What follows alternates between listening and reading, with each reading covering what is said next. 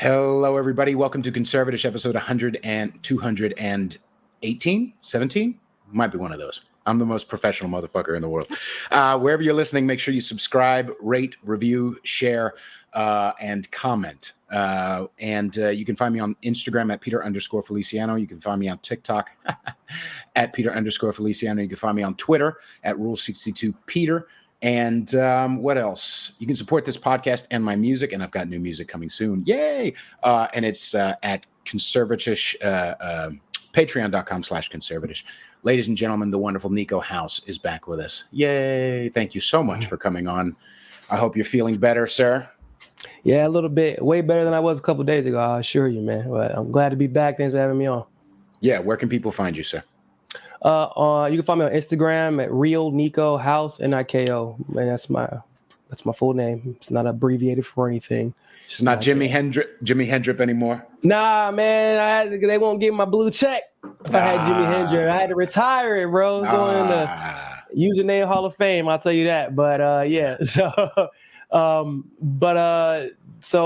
I had to get rid of my Joe Biden hates black people on Twitter. They won't even give me my goddamn check mark. That's a different conversation. Bro, you know how much I miss I'm about to put it back up there. Shit, or they bullshit Instagram. Yeah. You know, I might as well. Yeah, so on Twitter, Real Niko House, Instagram, Real Niko House, YouTube, Niko House and the MCSQ network, and on Rockfin, of course, rokfin.com/Niko, and I'm on Odyssey as well. Just type me at Niko House and it'll come up. Awesome. Well, yeah. Thank you. School me. You'll find it. Biden is So yeah, I'm grateful to have you back. I wanted to have this conversation specifically. As most of the people who listen to my show know, any episode could be about sex, or be about Trump, or be about election integrity, or be about whatever the fuck. But I specifically wanted to get the load down because I know you have been posting, even from the jump, you were posting some not off the wall, but some sideways, like, hey, this might be a false flag shit around Ukraine. And I was, when it initially started, I already was like, okay, I don't really care about this. Like, this isn't something I really give a fuck. That's how the average person mostly felt. Yeah. Yeah. And I literally I couldn't eat at a restaurant for the last 9 fucking months because, at de Blasio, the gas prices are insane. This price is insane. Inflation, this and that. And I'm like, who gives a sweet hot shit what fucking Putin does? Am I agreeing with him? Am I not agreeing? Whatever. But everybody was like, World War III. And I'm like, and I even tweeted it out. I'm like, you need to take what your panic tells you with a grain of salt. Take what your panic tells you, because the grand they like it when we're scared. They like it when we're chaotic. They like it when we feel overwhelmed, because then we go, you know what? Fuck this. I'm going off of everything, and I'm going to put myself I'm going to watch Netflix, and I'm going to eat pizza, and I'm going to have it delivered, and I'm not going to see people because I'm scared, and I'm... First of all, I don't appreciate these shots you taking at me right now, bro. We all have our days. People don't eat pizza in Miami. Shut the fuck up. You eat... Nah, bro, we got a bunch of New York pizza out here. You know what bro, they can't afford they can't afford to stay in New York. Where do you think they gonna go? Stay. It's the only place they can stay in business. I always say, like, the best place you can't really go to the Upper West Side and hear a New York accent anymore. You got to go to Florida in order to hear a New York accent. Damn, that's so true. Go to Boca. If you go to Boca, what's the difference? Okay, before we get yes, I wanted to talk to you about the Ukraine shit, blah blah blah blah blah, and you have great takes on it and interesting insights. But what in the sweet? I spent last week in Orlando. It was fucking creepy, man. It's got a little bit of a methy vibe, methy with Disney money. Methy with Disney money. That's what I got in Orlando. They always say, they say Malibu is the rehab capital of the world. Nah, it's definitely South Florida. And so a lot of people, like, bro, I cannot tell you. I worked in Boca when I first moved to Miami, because I was like on the North Miami. That's where I lived at. I would drive 45 minutes to go to work. When I went to work, it took me a few days to realize that all of my coworkers knew a lot more about drugs than I did. And that's saying something. I'm like from the hood. Right. And like, I have friends that did things, that moved things. And I'm like, what are y'all? They're like, is everybody here a drug addict or something? And then somebody was like, I mean, most of them, yeah. I was like, what? Then they're like, yeah, man, there's a bunch of halfway houses around here. I was like, what?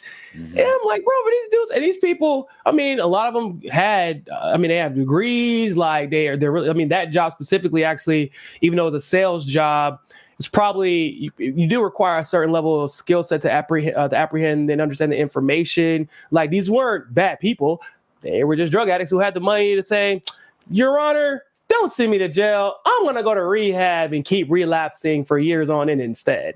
Right? People who basically had enough money and were bored. So when they finish with the halfway house, a lot of times they don't want to go back home because of the influences there. Obviously, they don't want to stay in Boca because also like just the constant reminder of your past. Miami, and also all the Jews. You know, that's what. Hell, half the people in the halfway houses are Jews. So right, exactly. but like going to Miami is, it's kind of feeding your vice there a little bit. So they end up in Orlando, Tampa, Naples, stuff like that. That's where they usually end up. Miami's more coke. Central Florida's more meth. Yeah. Okay. All right. And Boca's definitely meth. Right. And the Orlando, it wasn't just the meth vibe, because I've been around meth vibe. I'm from Northern California. But what I got was also a Disney money that creeps into the world around. I can't tell the fact, because I told this person I wouldn't share this story or I wouldn't share details. But there's a certain business, a very, very, very, very, very insidious and very powerful and rich fucking business based in Orlando. Some say it might even be the happiest place on earth. And I got told that they are cheapskates when it comes to charity. Oh, of course. Yeah. From their own standpoint of like, we want to look like we're here for every blah, blah, blah, blah, blah. They only gave like 500,000 to this. They're still bad at it. Yeah. Yeah. And I'm like, I thought this is supposed to, so that money vibe it's not just a money vibe. It's a money full of shit, grab everything you can type of vibe. Oh, bro, people forget. I mean, Disney is so like about their money that when everybody was pointing fingers and bitching about, whether or not these people should be open and closed, and everybody who was opening up early was getting a finger point, Disney was like, man, fuck y'all, and we open.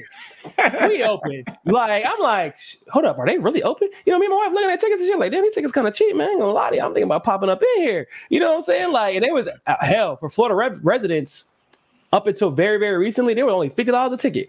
What? I was like, man, shit, I'm an OTW. They don't care. Disney's about their money. They're like, we'll be, if you want to come, we'll be open. And they sure did open, and people sure did come. Right. Yeah, I don't, a lot of the people on quote unquote my side or whatever, and I'm conservatish. I have a lot of people who are patriots or whatever, who follow me, who are like quick to call anyone a pedo, dude. Anybody is just pedo. Like they got pedo fever, right? And I'm not saying that there isn't an upper echelon or elites or whatever. Of course, there's some fucking pedophilia. Let's find it. Let's get rid of it. Blah blah blah. But they are quick to like, oh, Disney. I'm like, okay, it can't be a fucking cabal if there's so many. Like I go to that Patrice O'Neill thing or whatever, where it's just like, how could it be? All of these people are that good at keeping a secret. Come on, man. Anybody? Yeah. No, they're not that good at keeping a secret, which is, I guess, how everybody found out about Jeffrey Epstein and everybody attached to him. So, like, well, yeah, they got away with it for like 30 fucking years beforehand. But to be honest, it wasn't that long. There were major like clues and leaks that came out. There were pictures that had been out, like there, and everybody. So it wasn't like they were going to keep it a secret. It's the right authorities have to listen and think that that secret is worth prosecuting. Right. And that's where the influence and money and power comes in, right? It wasn't hell. I remember distinctively, bro, in 2016, or really, I think it was still 2015. No, it was 2016. The article that came out linking specifically Bill to Epstein. And it was actually trying to link Trump to Epstein too, but nothing. They didn't really have anything more than the Mar-a-Lago thing. But like obviously with Clinton, it's like 20 times plus he was on that damn plane. Right. And that I report on it, bro. When I tell you that shit was scrubbed the next day, it was scrubbed from the internet. The whole article. And mind you, obviously it came back into light because it was something that was done like by like the sun sitting or something. It wasn't even like a crazy source. It was just like it was there. Did somebody step in like get that shit out of, because it's like now 2 presidential candidates are implicated, and it's more so about now everybody's going to ask who else rather than focus on maybe Clinton, because Clinton was really guilty, but they would have focused on her. Bill and her, because her name appeared on the flight logs as well. And then it's who else is involved. And that is where shit gets kind of crazy and scrubbed it. So like, it wasn't like it was a really well kept secret as much as it is people have to see it. The people with the power to prosecute and hold people accountable have to see it and then have the balls to do something about it. Right. It's a mix of all that stuff. Speaking of the balls to do it, and obviously we could go off on a tangent as well, but the distraction around I mean, okay, let's start with a timeline. Let's get into it. I don't think that the Ukraine situation started. I don't think it's all personally. I don't think it's all about Hunter. It would be fucking. You don't think it's all about Hunter? It can't be. No, it's not all about Hunter. No, that's no. Meaning, like, look at some people who say, "Oh, look at what lengths the president will go to. The president will go to in order to protect his son." I'm like, nah. Okay, listen, he would have done that beforehand, and he did very many times. He did. Like, but as far as impeachment was for the most part all about Hunter and Biden. Like, it was our joke. Like, that was about insulating them from the investigation that Zelensky at the time was trying to do, and him being willing to work with Trump to get that investigation done, to get all the corruption from the Obama administration out of the Ukraine. Like, so it was, and obviously with Hunter being on the board of Burisma, like that was like the biggest connector there. So like that, but this is I mean, yeah, it is largely to do with Hunter Biden, but more so what Hunter Biden was involved in rather than Hunter Biden himself. Okay, so what do you think Hunter Biden was involved in? I mean, with Burisma, I mean, this is Ukraine outside of the military, the strategic military advantage that having Ukraine wrapped up in NATO would give NATO powers in the United States specifically. But economically, when we're looking at the resources of Ukraine has a lot of natural gas. They're well connected. Like, you have to build a lot of pipelines. It's easier to go through the Ukraine because of, you have to get to Europe, Western Europe, from Russia, like Belarus even. So like there's that aspect of it. It's like just economically, it makes a lot of sense to have Ukraine, so you don't have to go through Russia every time you want to do something. Right. Like, kind of for the same reason for Syria. They don't go to Syria to take Syria's oil necessarily. It's about all of the strategic placements of pipelines and military launching points and things like that. Mm-hmm. So with the Ukraine, Burisma was the largest energy company in the Ukraine. Hunter Biden was sitting on the board of that company. Okay? Why? Because we want to control the most important aspect of the Ukraine, which is their natural energy. Right. Because that makes the most money. Right. And so to protect that interest specifically, that's why Poroshenko, before Zelensky was in, that's why Poroshenko was there. I don't know if you saw that recent video that just kind of resurfaced where Joe Biden was on a phone call with Poroshenko, former president of the Ukraine, saying we have to stop Trump from looking deeper into the finances of the Ukraine, because then he would figure out just how deep that rabbit hole goes as far as the connection from the Obama administration, specifically Joe Biden, was in the influence of Ukrainian politics. So there was that. But overall, it's like it's a two-sided coin. It's, yeah, we want Ukraine, but it was also bait. It was also trying to bait Putin, which they had been doing for some time. Because you can't really get the world to get behind Ukraine joining NATO. Because like you said, who the fuck cares? Who cares? Right. Like, literally, I'm over here screaming about the Ukraine for the last 3-4 years, bro. I've been talking about the Ukraine for a while. That's actually been a very prominent subject on my network, because we had to talk about it with the Hunter Biden situation, and then the Ed, is it Batowski? Was that his name? The guy who with the Hunter Biden laptop. Oh, I don't know his name. No, I'm sorry. Yeah, it was something like that. But that situation came in the Poroshenko situation, Zelensky winning, the impeachment situation. Like, we've been talking about the Ukraine pretty consistently. And let me be honest with you guys, for the most part, nobody cared. And it's just the reality, because how foreign policy is, unfortunately. If it doesn't touch at home, you don't really feel it, or at least you don't think it touches at home, and you don't feel it, then nobody talks about it, nobody cares about it. It's what it is.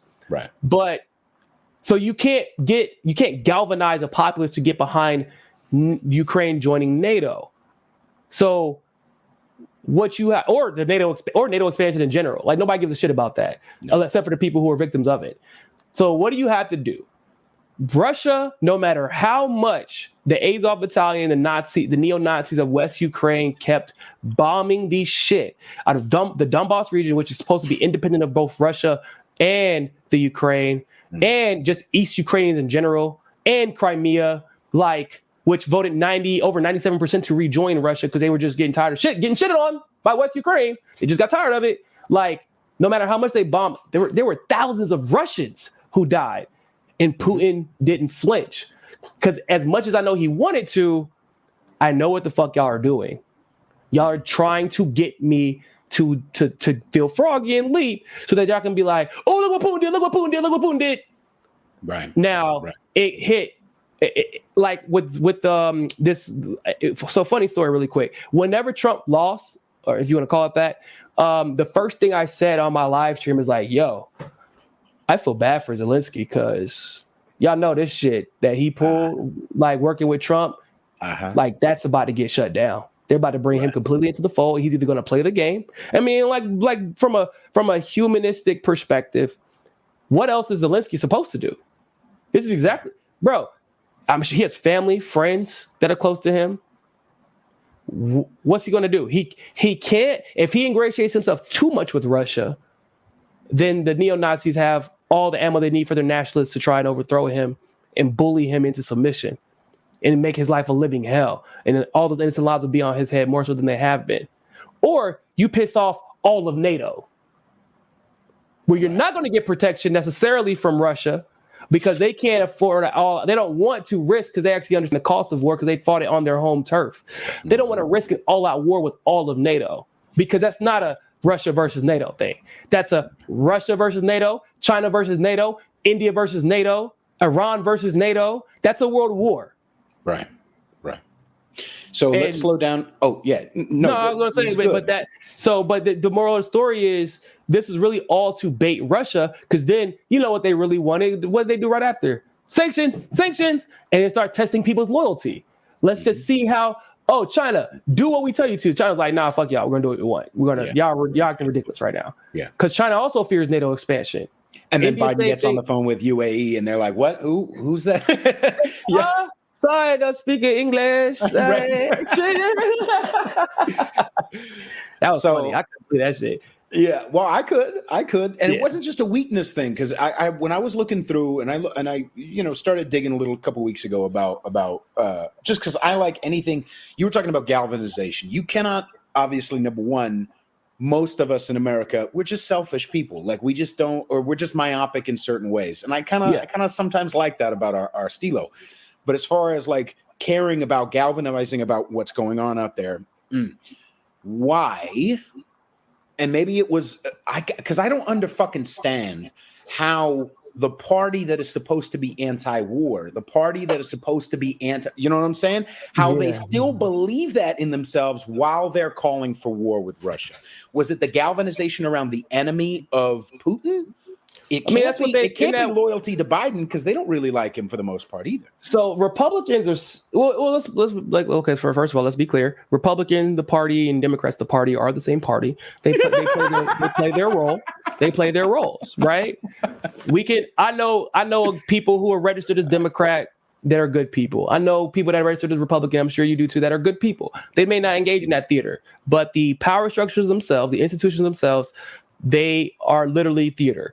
So the Republicans, to get people, they play their role by dog whistling and generalizing. You got to go get those insurgents over there. You got that. Who are we going to war with? We're going to war with terrorism. Right. Okay, well, who are we going to war with though? Like the group of terrorism, bro. The idea of terrorism. Right. We got to defeat evildoers. Bush kept saying evildoers generally, right? Because there is a sect of the country that just believes in this in a unique way that they have to defeat other as long as we consider other to be bad, right? And they will invent whatever way they have to. Really, it's about beating up on other. That's what it's really about. But whatever, they think that, if other's bad, it makes it a little bit easier. Democrats have mastered a different tactic, however, right? You mean they say we got to go get Gaddafi. We got to go get Assad. Why? Because he's evil and we're good. And if he bombs kids. George W. Bush didn't bitch about ISIS or Al-Qaeda at the time bombing kids. It was like, no, he bombed Americans, okay, and you can't kill Americans, regardless. Right. But Democrats and neoliberals, they like the idea of feeling good. So, and they like simple solutions. They don't really like doing a lot of work. That's why those type of Democratic coalitions break down pretty quickly, because nobody really likes to do a lot of work, if I'm being completely honest. Right? It's all about relying on power and influence. And like, man, I hope nobody actually probes to figure out that I'm not doing shit and that we're not doing shit. Are you talking about Black Lives Matter? Yeah, yeah, bro. I mean, this is true. A lot of local black organizers get pissed at the National Black Lives Matter organizers because they don't do shit. So like, and they're fucking going with the money. So as long as if you're telling me that I could be a good guy by you killing Assad, then yeah, cool, I'm down with it. They pick a scapegoat that's easy to rally behind. And if you start seeing it, you can start seeing the bullshit earlier on. The moment they start calling Putin dictator, I mean, I don't care what your fucking grandfather told you in 1975 or 1980. Bro, there is no USSR anymore. Okay? There's not. I don't know what to tell people.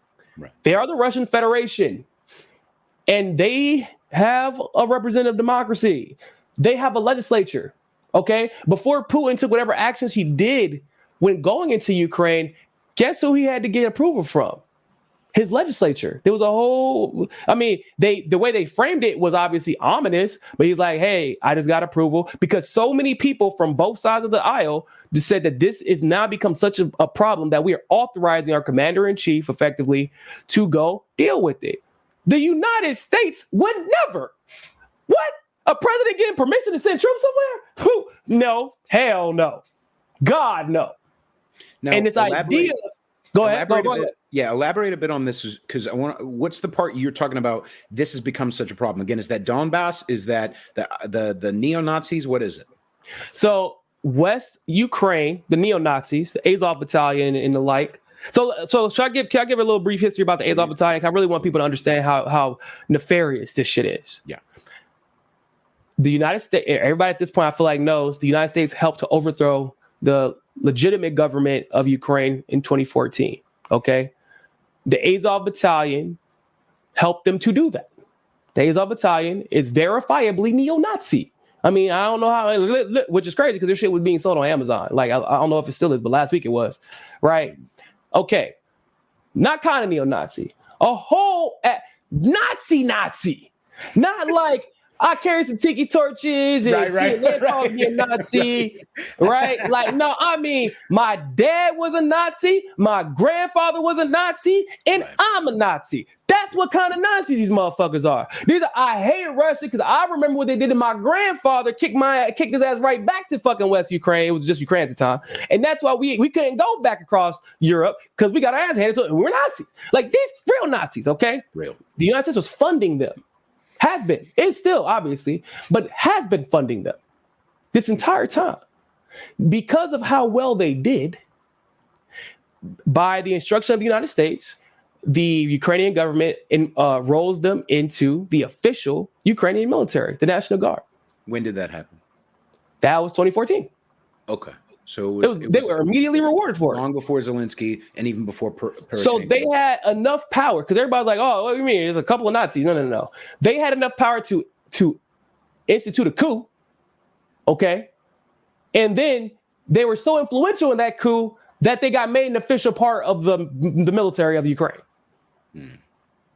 And so we gonna pretend like a couple of Nazis in Russia, whatever the fuck that's about. Like, everybody's like, do you don't think there's Nazis in Russia? First of all, some of y'all ain't never even talked to a Russian and talking about what the hell's going on in Russia.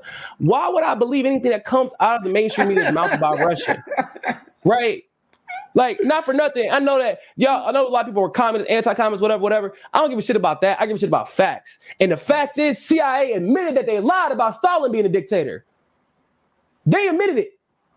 So if they only did that as a means to an end, right? KGB wasn't created first. The CIA was created. They assassinated Stalin, and they had to make the KGB because the fucking CIA. Of course we got to. We're the number one target on the empire's list. These are facts that we're dealing with here. So fast forward, why are we just accepting blindly that Putin's a dictator? Why? Because he's been in office? Because he gets elected? And that's how the United States worked until after FDR. Because they were worried that Henry Wallace was going to get into power. He's going to desegregate the world. He's going to pull us, he was going to pull out our military bases. He was not going to go to war. He wasn't going to protect these British colonies anymore. Like, he was going to create an economy that was based on helping the working class, like not the fake one that FDR created, but a real one that helped all working class members. They were like, fuck that. We got to cheat, put in Truman, give us the CIA, get 2 atomic bombs, and get the Cold War. Fuck that. And matter of fact, for good measure, let's make sure that we have term limits. We're one of very, very few countries. Hell, I think in the Americas, I want to say it's maybe us, Mexico, and one other country. And probably Mexico has term limits because of us. That is presidential term limits. Term limits are not normal because it's anti-democracy. If I want the same motherfucking president because I value continuity in my life, then motherfucker, I want the same president. Who are you to tell me otherwise? Right. You feel me? But and also you get a lot of cool points overseas if you're willing to stand up to the empire. If you're willing to say it again. You get a lot of cool points overseas as a leader if you're willing to challenge and stand up to the empire. Yeah. Because so many people are so easily bought off. They understand the task that is the mountain that you are climbing by challenging the entirety of the West. Because that's what you're doing when you're, whether it be Castro or Putin or Assad or Nelson Mandela at the time, even though we have revisionist history about that shit, the United States was fighting on the side of the apartheid. They were trying to protect it and keep it in place. Nelson Mandela working with good people like Gaddafi and Fidel and Assad's father at the time, if I'm not mistaken, they were working to end the apartheid, right? So that's why Putin is in power still, because yeah, you're the president that's going to stand up to the U.S. and protect us and do smart things like buy up a shitload of gold under everybody's noses, make everybody so dependent on our oil supply that y'all can't even cut us off. Right. I've heard interesting things. I was listening to some Michael Palin book when he was traveling across the Sahara, and he was talking about being in that country, and he talked about Gaddafi and how over there he was actually a hero. Yeah, he was the elected chairman of the African Union before he voluntarily stepped down because he was like, well, if it'll get the United States and the West out of Africa, then I'll sacrifice and I'll step down. Right.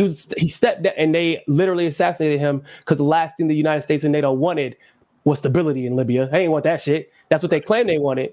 And they framed it around this humanitarian crisis. Well, there's open market slavery in Libya right now because of that. So what happened? Right. Why is nobody talking about it? It's not important anymore? Because it was never about stability. It was about instability. Interesting. Why do you believe at the very top it's about instability? Because there's too much red tape with stability. Right? I can't just extract your resources, launch military operations, put up these, prop up cartels, et cetera, et cetera. One of the things that people don't know about Brazil is that Brazil's economy, people know that Brazil's economy is for whatever reason unstable, but when you think about it logically, that doesn't make any sense. They have all the same advantages that we do, but even more because it's always war. It's the whole damn country is a vacation spot. They have the agriculture, they have the diversity of culture, they have people from all walks of life, all different nationalities and backgrounds. So why aren't they where the U.S. is? Well, because we make sure to keep their economy through various mechanisms completely and totally unstable. We make sure that they can only export and import certain goods. Coconuts and shit, Yeah, sugarcane, right? 93% of the world's sugarcane is produced by Brazil. And that's their market. If you get caught producing more than you're supposed to, you can be sanctioned by the WTO, which is bullshit. But that's what they did it on purpose, right? So you can do this one thing, but that's where it stops. Right. And so how can you possibly, but we don't have those limitations. That's why we've been able to grow so much. So that's how it is across the board. I've heard from multiple Russians ain't gonna do shit about, they don't give a fuck about a sanction, man. They really do not give a fuck. They've been preparing for this for once again, if you are one of these motherfuckers, bro, and this is, I'm sure you probably feel the same way. If you one of the people that be like, man, Putin poisoned and arrested his Democratic or his rivals, and though that, first of all, that's not even true. But if you do believe that, and you wanted people calling people conspiracy theorists because of the Clinton body count, which is, it's mathematically impossible for this many people to die while connected to one individual. It's literally like this guy named Richard Sharnin did the math, the equation for, like, look, the odds of this is like several hundred billion to 1, bro. Clearly she's guilty to some degree. We can but she argue has a about the degree of vagina, guilt. Niko. She has a vagina. Believe all women. Women are morally higher than us. Well, shit. Well, hell, say it's Count Dracula's fault. Bill Clinton did. We'll just say it's Bill Clinton. Fuck it. You know what I'm saying? Maybe the guy connected to Epstein had a little bit more a lack of credibility. Okay, cool. WEF. Fuck it. But you believe that this one of the most powerful leaders on the world stage, and to be frank, one of the most well respected by most of his compatriots on the world stage. Once again, this is just objective fact, regardless of whether or not you like him. This is reality. That's why they do so much business with him. Right. He is guilty of literally jailing entire party members with, by the way, no one actually reporting on this except for U.S. media claiming it to be true. And that's it. That's literally it. You got all these different, like, and Russia allows any press in Russia. They're just like every other country. If there was, they get rid of some of the American channels recently. Recently, but that was retaliation. You know what I'm saying? Like, that's different than we're having an election, so let's name everybody Russian state media and make them register as foreign agents and suppressing them and demonetizing them. And, you know what I'm saying? Like, and let's talk about Zelensky too. Let's talk about Zelensky, because he's all of a sudden, I literally saw a fucking it was an opinion piece, but they called him the Winston Churchill of Ukraine. They called him the fucking Winston Churchill of Ukraine. Considering Winston Churchill was actually a racist warmonger. Fitting. Yeah. Oh yeah, bro. You know Winston Churchill has been as most leaders have, revisionist. His revisionist history. Okay. Winston. All right. Bro, he was a fucking, like, bro, the dude was. It makes sense because Winston Churchill has been propped up as this figure to be revered in history because that is what the narrative needed. He is a wartime prime minister for a reason. They call because you're probably part of the reason that you have fucking war. Sure. You don't think Winston Churchill was looking the other way when GE and Ford and GNC and Prescott Bush were funding fucking Nazis right under their nose and violating the Treaty of Versailles to do it? You don't think he was paying attention whenever we were adamant that the Olympic Games had to be held in Belgium under a fucking Nazi Germany with Hitler, who literally committed a coup to be the leader of Germany? You don't think he was paying attention? Come on, guys. He knew and didn't do anything about it. And that's absolutely totally valid. But suffice it to say, Zelensky has had some issues with freedom of press the last couple of years as well. Yes. Yeah. I mean, because he's not in control. It's not his presidency. I mean, I know people want to, maybe under Trump, it was kind of that. There was a struggle to see how much power and how much change he could actually make. I will give Zelensky that credit. Like, he wasn't exactly he wasn't completely and totally nefarious when he got elected. I feel like people think that that's the case. That wasn't the case. And the Trump impeachment was a perfectly good example of that. Because if he was on the side of the elites in NATO at that point, then why didn't they call Zelensky to the stand during the impeachment if he was the one that they were claiming Trump bullied with sanctions? Because he wouldn't have echoed and parroted their talking points because he was the one who called Trump. And the opinion pieces or articles that I read also back up that the corruption started in 2021. Yeah, that would make sense. After Biden took over. Yeah. Because what else is he going to do? Right. Like, literally, there was no chance in hell that Biden was going to get back in power, and Ukraine wasn't going to be under his thumb. It was just no chance. Like, your son, you wanted control so much that you knew that your son would be caught up in some shit, and you put your son in charge of the largest energy company in Ukraine, no matter how much attention it was going to bring. Right. But as a recovered alcoholic myself, addicts are going to find a fucking way. We like to fuck shit up. So that's also true. He probably shouldn't have, But even actually, as a side note, before that, he did sell shares. He had investment in an offshore offshore account. The fuck was it? And he sold his shit like a month before he got elected. Zelensky did. So it's a little corruption. Oh, really? He also, that sounds about he's wealthy. Well, yeah, but he had campaigned on the idea he's going to get rid of oligarchs. He had campaigned on the idea I'm going to be anti-corruption guy. Springtime. His slogan was springtime, jail time. He's going to get rid of all these oligarchs, put them in jail, and then he quietly sold his. Hey, he's still a politician at the end of the day. You know what I'm saying? Touche. You know what I mean? Like, I ain't saying he wasn't a politician. That's what people ask me. Like, they're like, "What about the gays in Russia?" Bro, it's weird how everybody's like, Russia hates the gays and hates black people, which is weird. I'm like, I don't feel like there's not enough black people in Russia for them to decide whether or not they hate us. Like, there's only two motherfuckers over there anyway.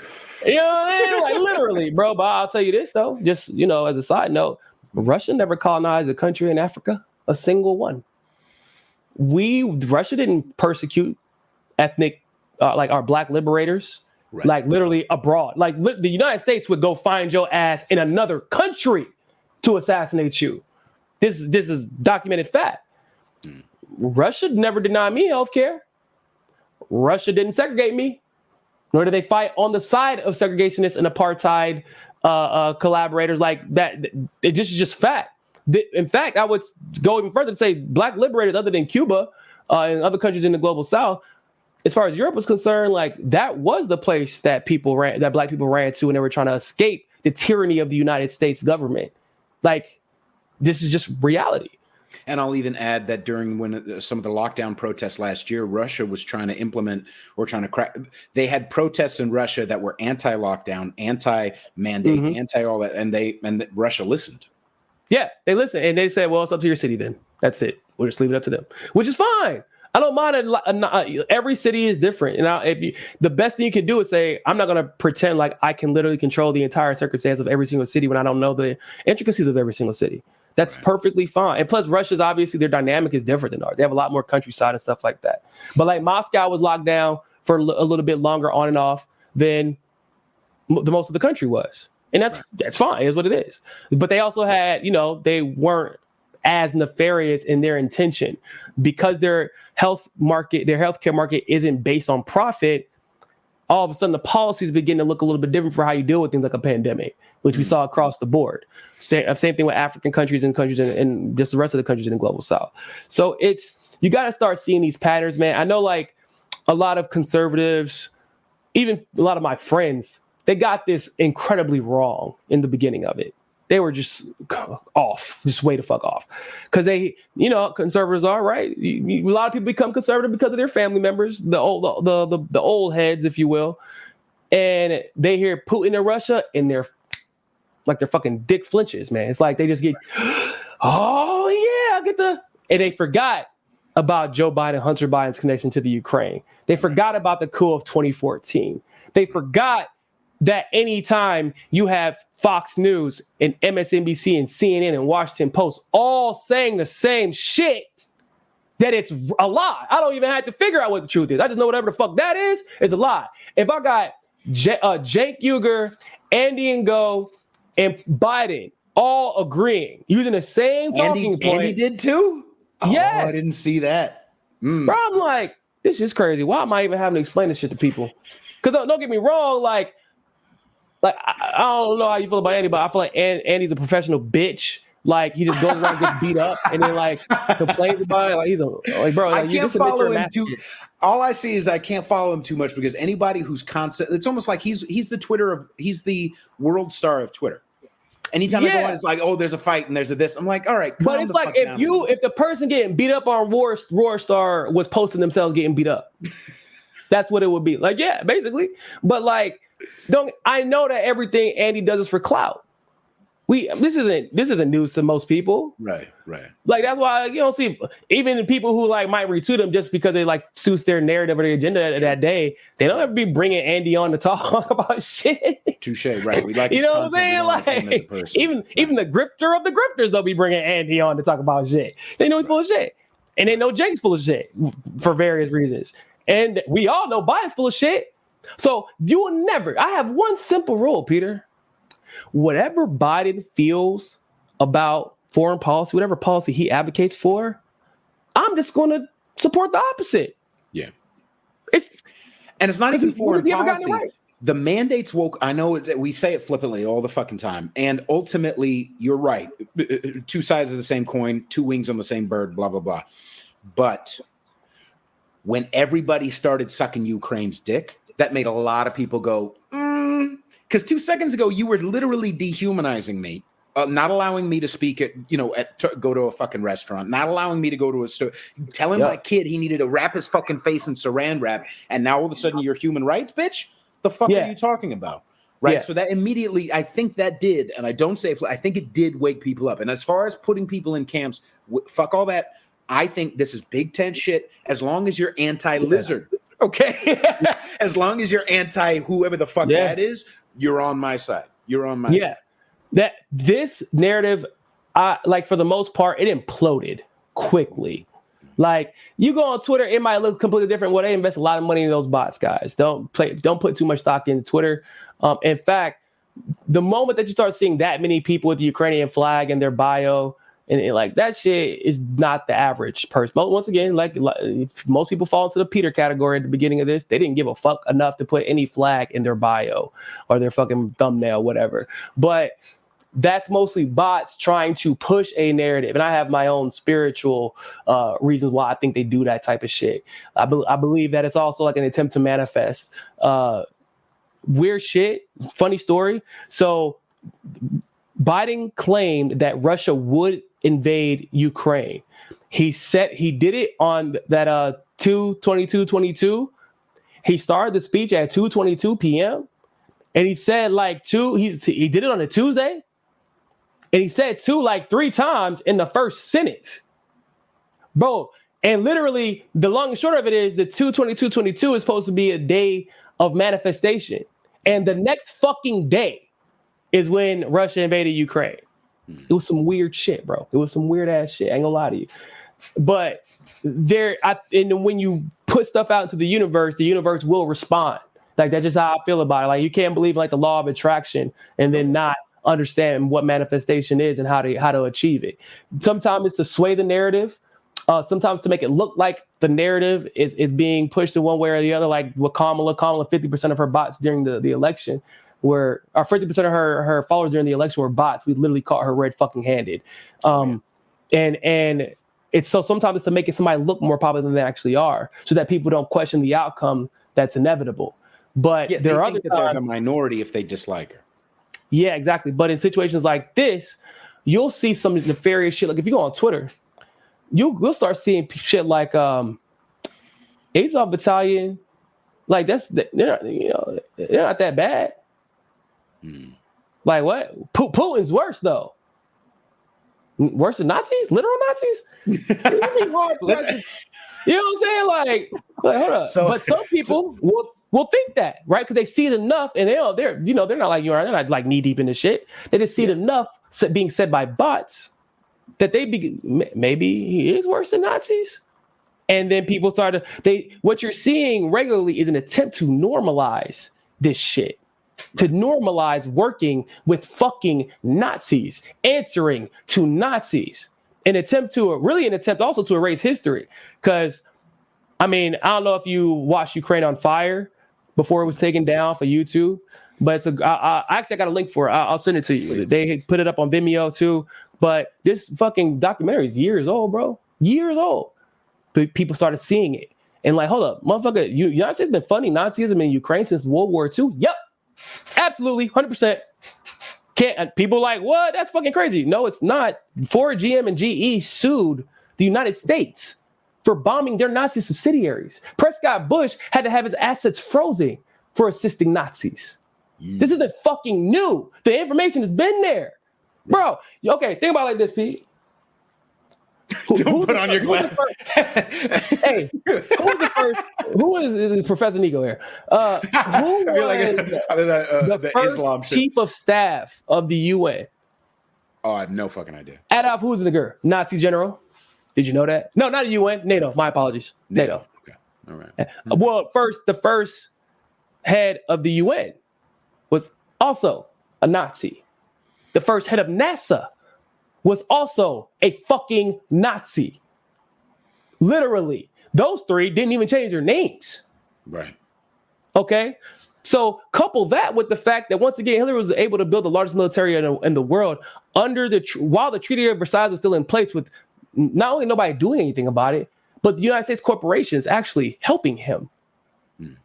Okay, why wasn't so no sanctions? Like, okay, they won their lawsuit, but then shouldn't you have fucking immediately disbanded their companies for literally funding Nazism, violating international treaties? Not a single sanction from anywhere around the world. Okay. Then Operation Paperclip, which is what people are mostly familiar with, which is bringing in the Nazi scientists. But it's like, if you understand how U.S. foreign policy work, and especially now, I think a lot of people's eyes have been open to the refugee situation. Who do we call refugees? Who do we invite? Motherfucker, you ain't switch sides. You was always on our team. You was already under our employ. That's why y'all was so quick to abandon Hitler, because you were. And now, if you kill Nazism, or if you kill Hitler, it's like the Obama effect, right? You put Obama in office, racism has been defeated. What you talking about? Right. But you kill Hitler, Nazism has been defeated, so nobody even questions it or looks at it. Now, was it before, or do you feel like it was after, as a reaction to wanting to get in a power position with Russia? So interesting that you asked that. World War I and World War II were largely about breaking up and destabilizing both Germany and Russia. So World War I was effectively started by this guy named Cecil Rhodes, the guy who the Rhodes Scholarship is named after, actually. The guy who was responsible for the apartheid in South Africa. He created a secret organization. It wasn't actually a secret organization. They wrote about it all the time. It's like literally articles in the New York Times about this fucking organization. It's crazy. In 1902, bro. Like, it's fucking wild. So him, the Rothschild, of course, J.P. Morgan, of course, Woodrow Wilson was attached to them, or he was answering to them. They saw that Russia and Germany were beating the dog shit out of them in the Industrial Revolution. Yeah. Counter to what mainstream history will tell you, Russia and Germany were beating the shit out of them, and the Kaiser and the Tsar were cousins and really good friends. So they were going to collaborate a lot. Okay, Russia's empire was fucking massive at the time. Okay. So England was attached to that. Let's not forget the fucking the king and queen. Exactly. So how do you destabilize Russia? One, or how do you stabilize both? War can be great for building up an economy, but it can also be great at destroying economies, depending on whose side you're on. So you have to. But if Germany and Russia are working together off rip from the beginning, you're not winning that war. Western Europe would get demolished, right? So you have to turn them against each other. So they did that effectively. And you point at Germany as the reason that everything, if your fucking baby threw up like on your shirt, then it was Germany who did it. And eventually we get to the Lusitania, which the CIA admitted was a lie. It wasn't a passenger ship. It was a cargo ship. It belonged to the UK, and it was for military operations. But that was a precursor for us going to war. That's how the US got involved. So at the end, this is the part that people don't know about. Who took out Ferdinand then from your... Man, fuck Franz Ferdinand. I don't even know. Bro. But it's crazy how quick, if you ask the average, this is how propaganda works, right, Pete? You ask the average person, how did World War II start? The assassination of Archduke Franz Ferdinand.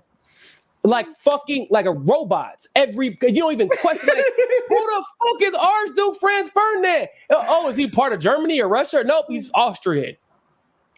Okay, so why do we care? Because, man, it's Franz. You remember Franz. We love Franz. Had to go to war over fucking Franz Ferdinand. That's the dumbest shit ever. Plus, his assassination looked like a setup as it was. So that's a whole different thing. But that's what we're told, because if you look at the actual details of World War I and how it started, it was clearly being orchestrated and manufactured. So at the end of World War I, which is what people don't, this is the part that leftists kind of get thrown off by, but I tell like it is. Leftists championed the Bolshevik Revolution. The Bolshevik Revolution came basically at the end of World War I, when Russia had been going through a fucking grueling war. They were drained, which left the Tsar weak. We funded Trotsky. We funded Lenin, and we helped them overthrow the Tsarist system. Stalin was a problem because he was that little colored kid who didn't like the U.S. and was maneuvering behind his back, dapping everybody up. Hey, man, we gonna let them do the thing. But watch what happened. Whenever Vlad is gone, I'm gonna come right up behind this motherfucker Trotsky, bomb, and I'm gonna take over. That's what. And so what was supposed to happen was Lenin was supposed to get in, and then Trotsky was supposed to be his heir apparent, and the U.S. had control over Nazi, and the U.K. had control over Trotsky. That isn't what happened. Stalin ends up winning in the hearts and minds of everybody in Russia, and Trotsky gets assassinated in Mexico. And actually, everybody blames Stalin for that shit. I don't think it was Stalin. I think it was the U.S. because you're a fucking liability. At a time we're trying to control the narrative. Right. Okay? So, fuck. Now we're back at square goddamn one because the Russian Empire ain't breaking up under fucking Stalin. Everybody loves that guy. So we have to do another fucking world war. Because Germany's back in, Germany's back. We're fucking, Russia isn't going anywhere. This is still a problem. That's cool, because we want to make some more money anyway. So all of a sudden, GE starts throwing some money, equipment, weapons, vehicles, GM, GNC, all that shit. You start seeing FDR doing this, looking the other way, like, man, shit, what? That ain't my business, man. That ain't my business. It's a corporation, they're private industry over there. So you do the same thing. Turn Germany and Russia against each other, almost like, except for they ended up allies initially, right? Then for whatever reason that we know what happened. Germany was like, I know this is literally the dumbest military decision that anyone has ever made, and we will win the war if we don't do this one thing, but fuck it, let's go attack Russia on a completely separate front. For no reason. Nothing. Like, there was... You know why, though? This is my theory anyway. Go for it. Because, once again, Ford, GE, GNC, all these companies that really are working for the American empire, the oligarchy, the cabal, whatever you want to call it, the whole goal was to destabilize both Germany and Russia. Hitler was never going to win that fucking war. So either you invade Russia right the fuck now, or we're going to stop manufacturing everything for you. You will be broke again. Don't forget who put you here, motherfucker. All right, cool. So he's going to trudge along and go to fucking Russia in the middle of winter. Right. Get our asses handed to us. So you don't think it was hubris? You think it was deep? It wasn't hubris. For all of Hitler's hubris, his military strategy and that always came first. Everything he did was methodical. He never launched quicker than he needed to. He sat back when it was necessary. Like, the dude was an evil genius when it came to military strategy, if we're being completely honest, right? Even how he got Stalin to buy into the idea that he wouldn't attack Russia. Even that was kind of like, how the fuck did you believe that? Because he was like, oh man, nah, he's so scared of the West, maybe he will. But no, that's how good of a strategist he was. So now you get 22 million Russians killed. Russia's fucking obliterated at this point, but they won. They beat Germany, but now we're destabilized. So Henry Wallace wants to keep normalized relations with Russia, USSR at the time, and Stalin, as FDR promised at the Yalta Conference. Fuck that, gotta overthrow him. So at the convention, the Democrats they literally overturned. Henry Wallace was the VP for FDR for fucking 3 terms, bro. For the first time ever, we saw a VP from a previous term not become the VP of that next term, and they installed the person who was last on the ballot, Harry Truman, because he was a fucking idiot. He was an idiot who could be easy manipulated. So Stalin called up fucking Truman, was like, hey man, so the Yalta Conference, right? You still gonna we got our thing, right? We doing the thing. And the Dulles brothers looked at Truman, was like, hey man, he trying to play you, bro. That shit would never happen. He calls Winston Churchill because Winston Churchill's a bitch. He literally was like, man, I don't know what Stalin talking about. And Winston Churchill was there. And he later admits that was a lie. Actually, the Yalta Conference didn't happen, and everything that Stalin said was true. So the whole Cold War starts because of this. And the CIA comes out of Truman's paranoia. and you start systematically breaking down the USSR because they were still strained from war. You finish doing what you started doing during World War I or at the end of World War I. And then you cut them out economically. There were a lot of economic problems in Russia for the same reason there are economic problems in Venezuela and Syria and Iran and Iraq and every single fucking country that the US cuts off of the West. Not because of what their leader did. If that was the case, then what the fuck is up with Saudi Arabia? How the hell are they still around? If it's about human rights and all that bullshit. No, it's about we can't control you. You will not bow down to the empire, and we cannot be the global superpower if you are still in play. So if you are that country, or if you work alongside that country, you'll get down or lay down effectively. So they assassinate Stalin, take advantage of that. And then the intelligentsia that a lot of people are familiar with if you study Eastern European history, officially, now we know because of the unredacted files that have come out, the intelligentsia, the academics, the celebrities, very similar to what we see today, they were all CIA assets. And they sowed the discord and division within the USSR that eventually led to those countries splitting off. And most of the countries that split off from the USSR joined who? The EU and NATO. So, story time with Niko. Right.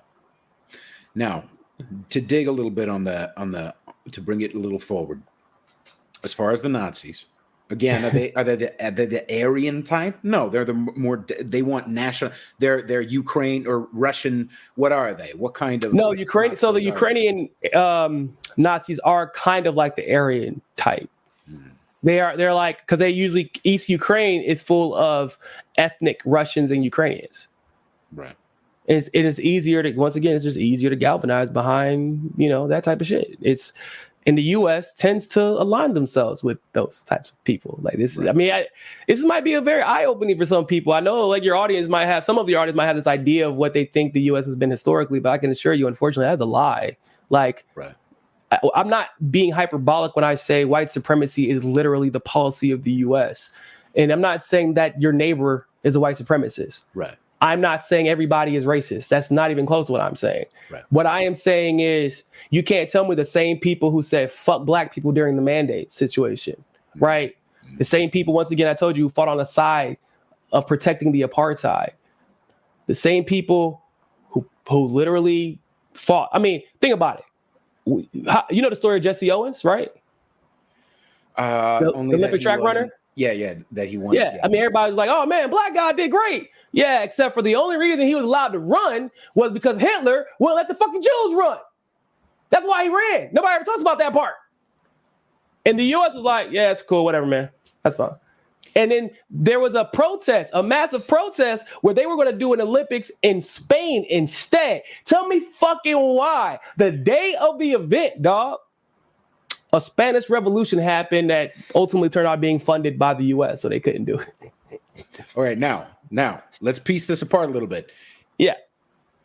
From the top, from the echelon, from the fucking lizards, I don't think personally that it would be white supremacy. Now, you may be right, but is it mostly about just keeping the power? So fuck the people who don't, fuck the people, move these people as pawns. I completely so it agree. Is mostly, so if you ask me, like, is it mostly about keeping the power? Yes, but because of those who tend to challenge the power, like that is why you see the Nelson Mandelas and like the what's his, oh my goodness, Fred Hampton being assassinated, like Martin Luther King, Malcolm X being assassinated. Like, I mean, once again, Batista was a communist in Cuba, but he was a communist who did exactly what the United States loved. He allowed the corruption. He was their puppet. Fidel, first thing he did was like, hey man, I might not be all that great at being a politician, but you won't be segregated anymore. And the US won't be running shit here anymore. And everybody's like, you know what? Fuck it. That's good enough for us. We'll work with that. And that's how he was able to stay in power for so long. And Batista was out like that. Right, because Castro was not the kindest to other races as well. So no. You're thinking about Che. I'm thinking Che. I'm sorry. Che was a racist. Yeah. Yeah. So okay, but to dig that apart again, whether it be Putin, whether it be, you know, the motherfuckers who are working Biden like a puppet, all those, I believe it's more about keeping the power, gaining the power, more than probably. I agree, you're right. But otherwise, if it was just white supremacy, they wouldn't. Not that Putin's a white person, but he is. You know what I'm saying? So I don't think it's just white supremacy. I don't think it's just that, because that would be like naive. But like it's at the end of the day, it's like what they call the good old boys club.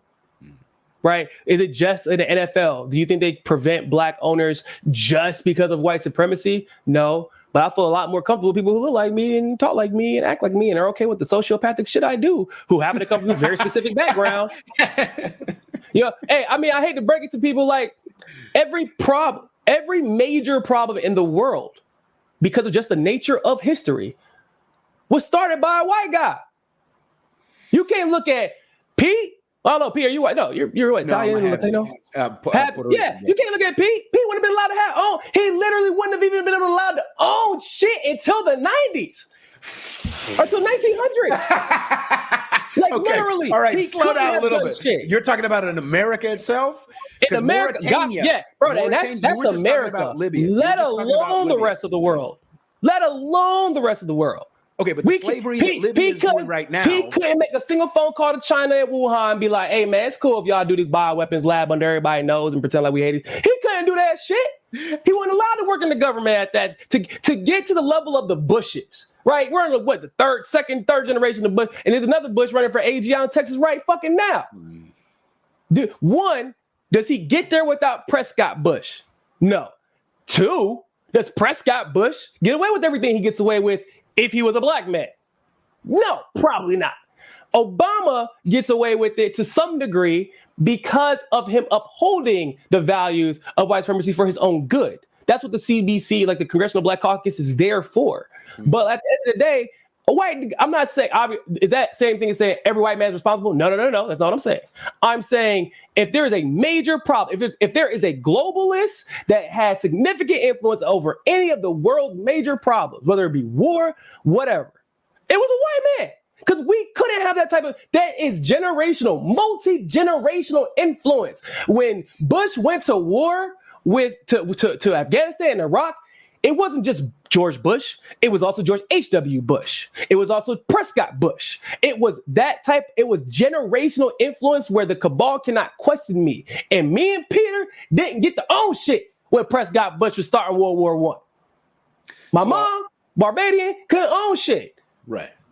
I'll piece it apart like this. I'll give it the micro as well as the macro. Yeah. I always rag on white liberals. I feel like white liberals are our real problem on the group people. Okay. Now lizards, apart from the fucking lizards. I get what you're saying. No, I would say no agree. As much as we rock and roll about them, the gas in the tank, it doesn't matter who's pushing down on the pedal. The gas in the tank is the dummies. The fucking dummies down here who go, oh yeah, let's vote for, oh yeah, let's go to Ukraine and fight. Oh yeah, let's segregate. Oh yeah, I'll put a sign on the fucking door that says, so our enemy is white liberals because they're the majority of the problem. Am I thinking that it's only because some people are, well, it's not only white liberal. I know that, motherfucker, but it's like 5 loud black motherfuckers. Okay, loud black. But those black motherfuckers are doing what? Trying to secure their bag. Why? Because they can be cut off from white liberals from making any goddamn money or what? I'm being real. Exactly. No, you're being real. Obama's mom was a white liberal. Yes, she was. Okay. Kamala's dad fucking hated her. Anyway. Yeah. So regarding how to take down the system, part of the way for me is to rag on, mock, meme, just constantly convert these dummies and wake them up, even if I have to use white guilt in order to do it. Okay. Now, I will use identity politics to kill identity, but I don't give a fuck.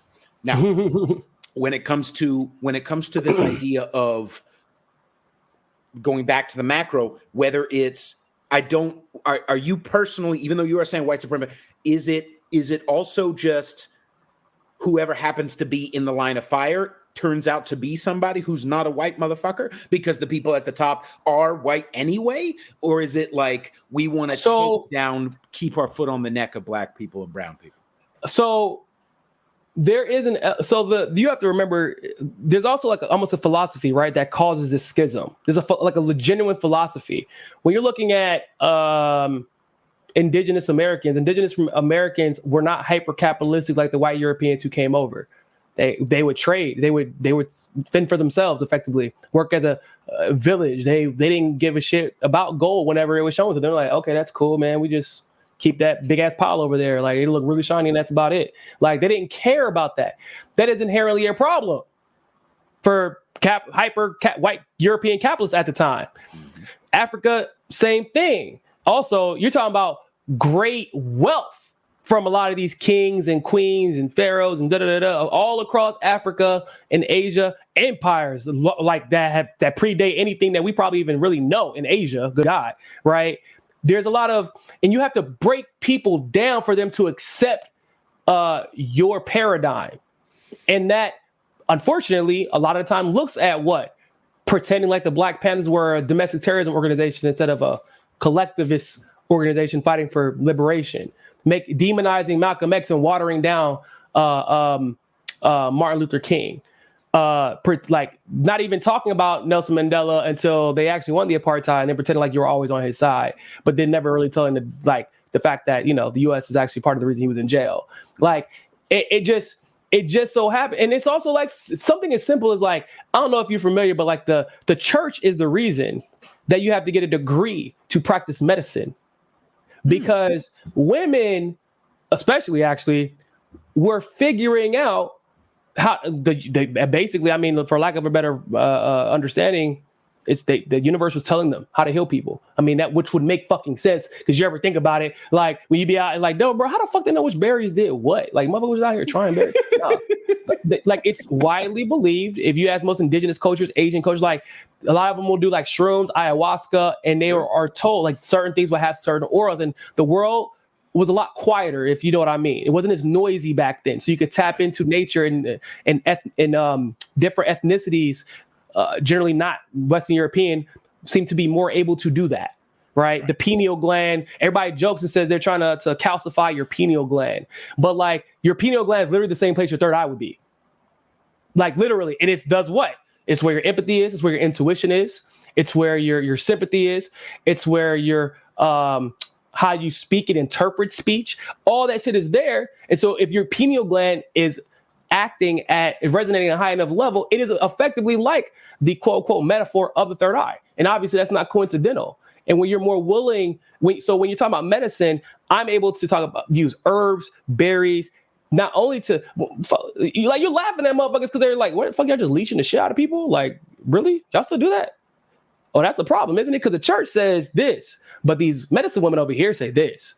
And just like now, like they demonize Peter McCullough, like they demonize Dr. Malone, they're the ones who are right.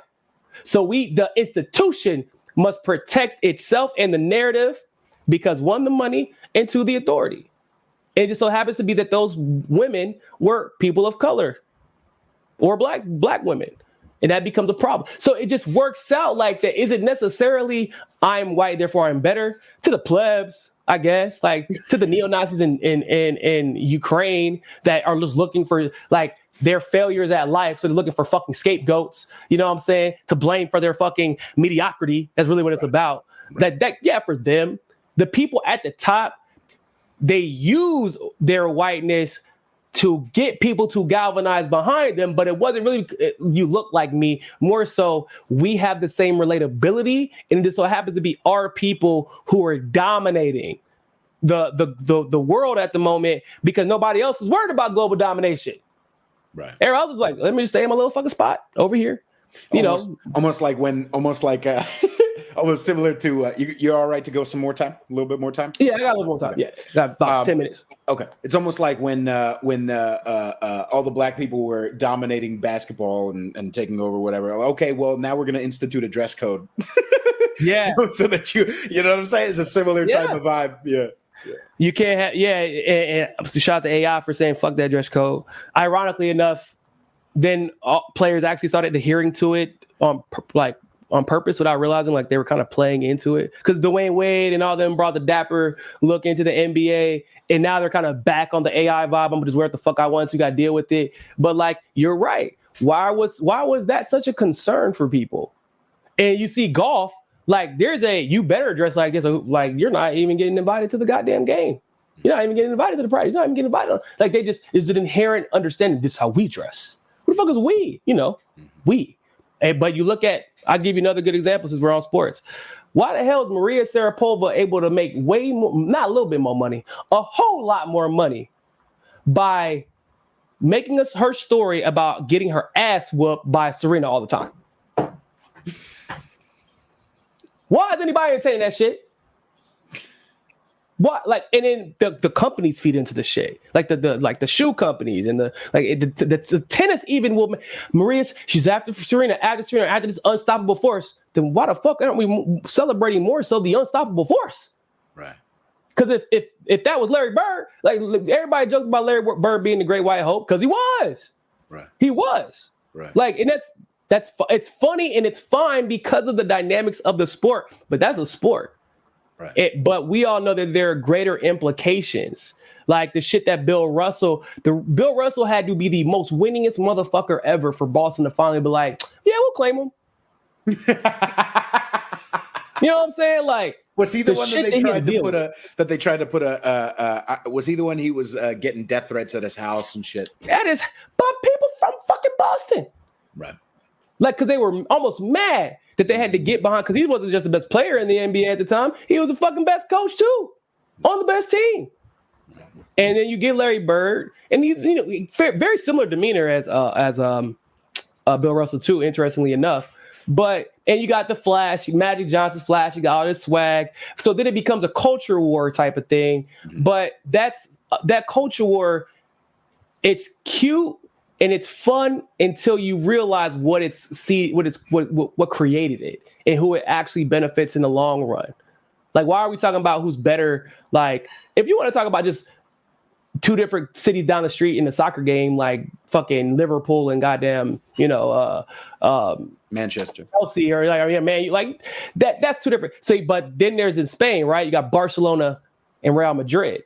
People don't know that shit's a whole ass like a thing, because Barcelona, even though it's in Spain, they are black and brown Arab people for the most part. The majority of the country is actually Muslim. People don't know that. The reason Catalan is not learned, despite it being one of the largest economies in the world, is because it's made up of Arabic, Desi, and French and Spanish. Not just interesting. Yeah, yes, sir. Because Barcelona is where so after the Crusades, the Arab and Desi nations went back the fuck up. Like, no, fuck that. We getting our ones back. So they got, unfortunately, surprisingly enough, they got beat by France. That's where they got stopped at. But they couldn't just go back through Europe. So they got stuck where they got defeated, which was southeast France, northeastern Spain, which is where Barcelona is. And there's always been the animosity because of that. Right. But that's where the feud from Real Madrid and Barcelona really comes. That's why you literally see Barcelona trying to separate itself as a nation all the time. But their economy is so large that Spain can't afford for them to. So even though they hate Barcelona, they can't afford to not have them there. No. So that, go ahead. No, yeah, that makes sense. I want to get into, before we stop, I want to get into Putin's. So I heard some interesting thought. I was listening to some talk, some dude on Jordan Peterson, whatever. I don't listen. I like getting bits of him and bits of these people and whatever. Yeah, nobody's ever. Jordan Peterson definitely somebody I taken bits. Yeah. You gotta take the chunks. Okay, I like a lot of stuff you have to say. That sometimes I'm like, Jordan, that's not really reality you're living in. Sometimes it sounds like a human, and other times it sounds like an academic. Yeah.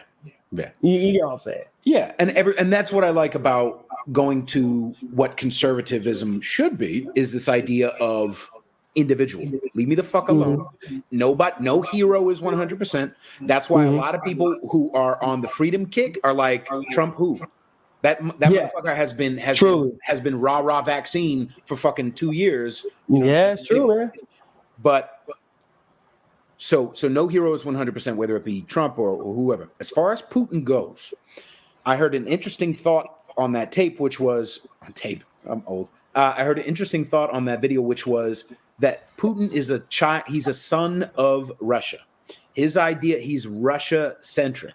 So like when the USSR was broken up, he wasn't, oh no more communism. It was, that's a blow to Russia. And he wants to get Russia in a spot of glory. He wants to get Mother Russia back in the shit. So where do you feel like Putin stands as far as intention and as far as action?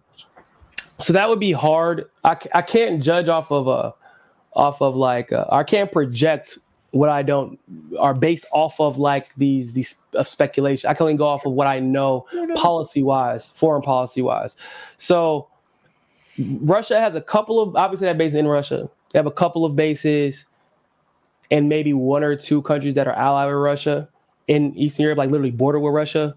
Outside of that, they don't have bases anywhere else, right? They've never tried to bring North Korea until recently, actually. They never tried to bring North Korea into the fold, even though they border them. And it would have pissed off the US and NATO because of Korea being right there. They never tried to retaliate for what the US did to the USSR in a very underhanded and conniving way. Putin is Russia first. I mean, is that inherently a bad thing? No, because when Trump was America first, or at least, optically speaking, like that isn't necessarily a bad thing. Because if we dealt with the problems of America, like truly and substantively, most of the problems of the world probably wouldn't fucking exist if we're being real. So that makes sense. So Russia controls what he can in Russia, or excuse me, not Russia. Putin controls what he can in Russia, but he also understands if I allow NATO and the US to run rampant, then it's a problem for not just Russia, but everybody, but especially Russia. But I also can't even directly engage NATO and Russia all the time, or NATO and US all the time specifically. Why? Because of the optics? Because of the optics. And it looks like we're just carrying a grudge for. So what I have to do? The U.S. will send ISIS into Syria. Now, I ain't gonna go in there and fuck with the U.S. Special Forces, but I'm gonna go work with Assad to get them the fuck out. Which is why every time Russia shows up Syria, ISIS disappears. Whenever fucking U.S. comes back to Syria, ISIS fucking comes back, and chemical weapons attacks start happening again.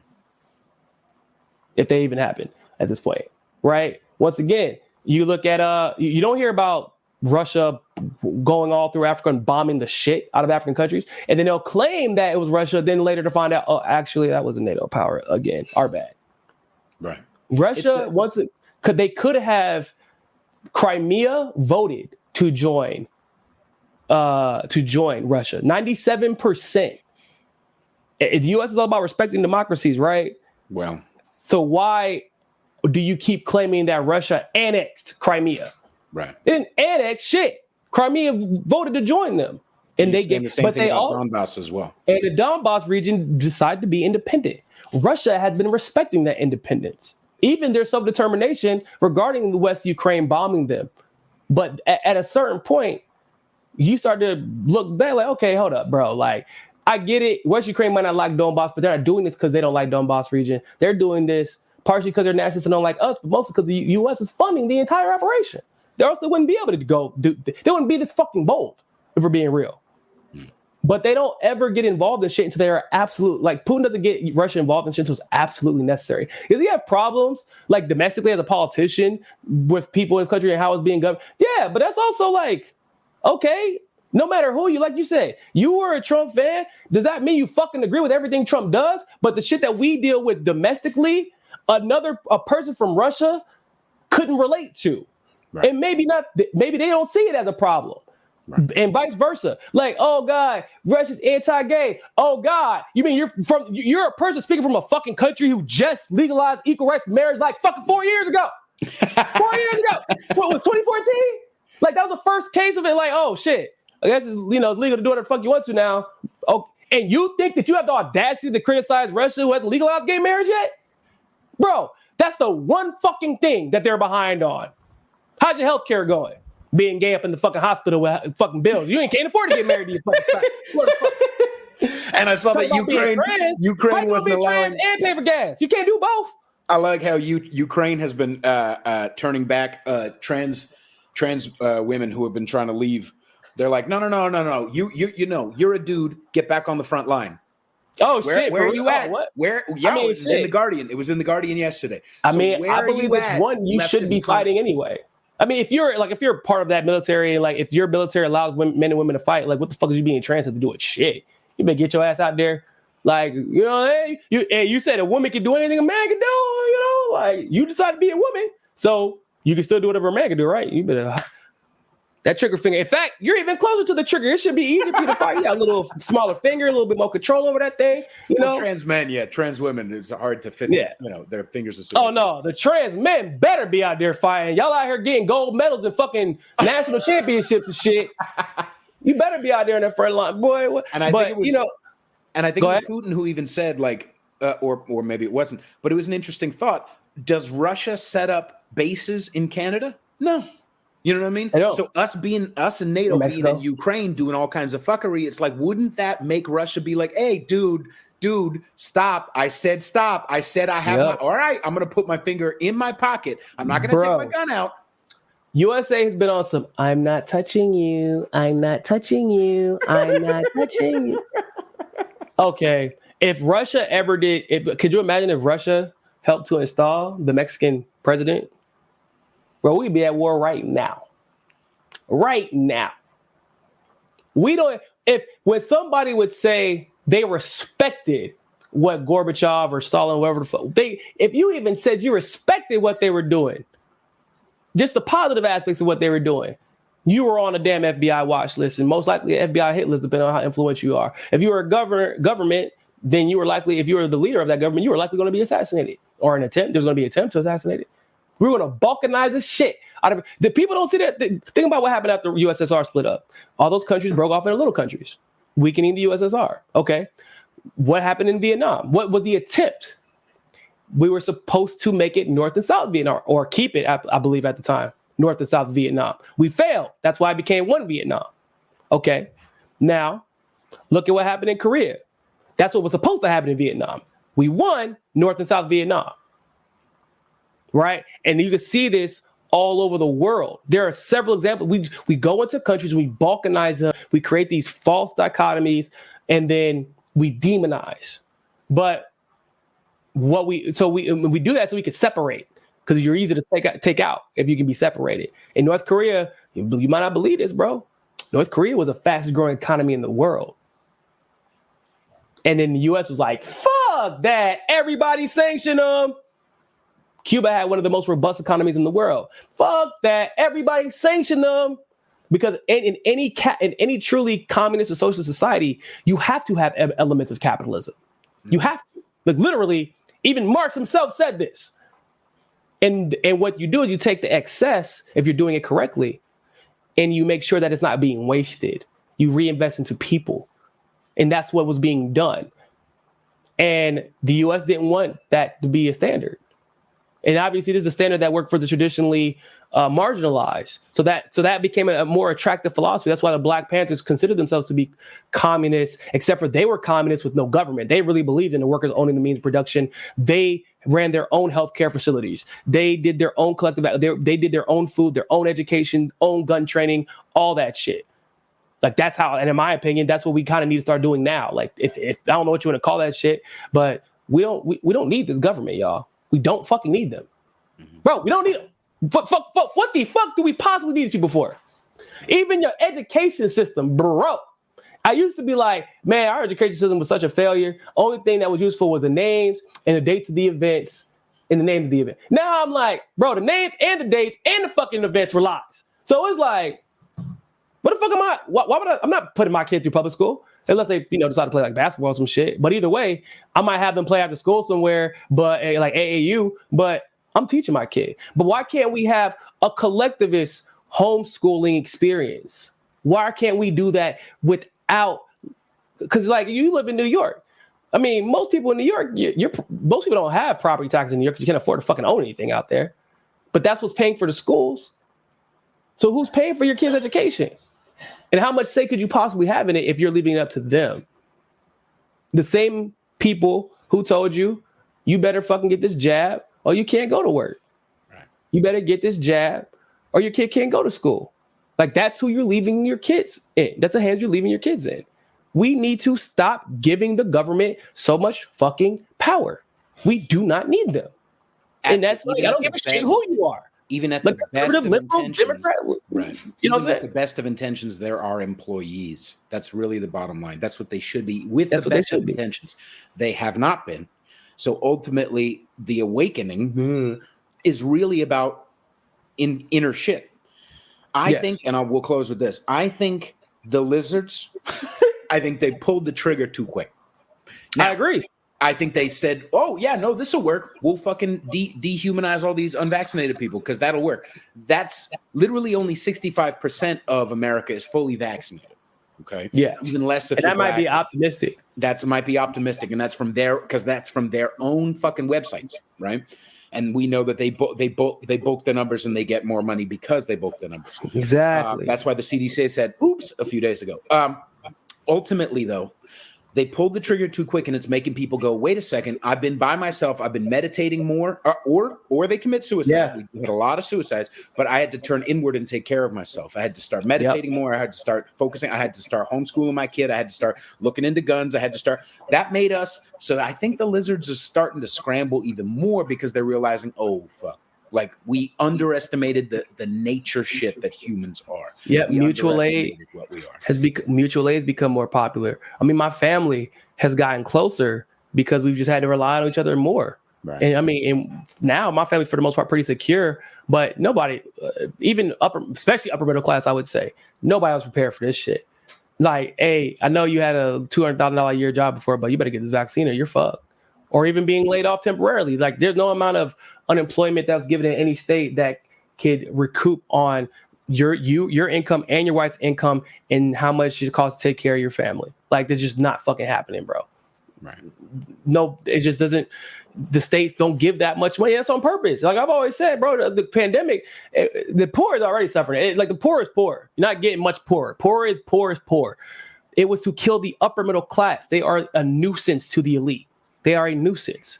And the policies showed that. They gave enough to keep the poor afloat, but they gave a little to so little that upper middle class, they're just like, it's almost like a fucking carrot that you're constantly chasing. Yeah, you ain't gonna be kicked out of your house today, but give it a few months, a year. Like my grandma, she's likely going to lose her home. Well, no, we're going to sell it, but she was going to lose her home if we hadn't already had the plan to move her anyway. Mm-hmm. A home that she's had for 30 plus years, because the $4,000 or $5,000 she was getting every month in California that she would have been well off having 5-6 years ago.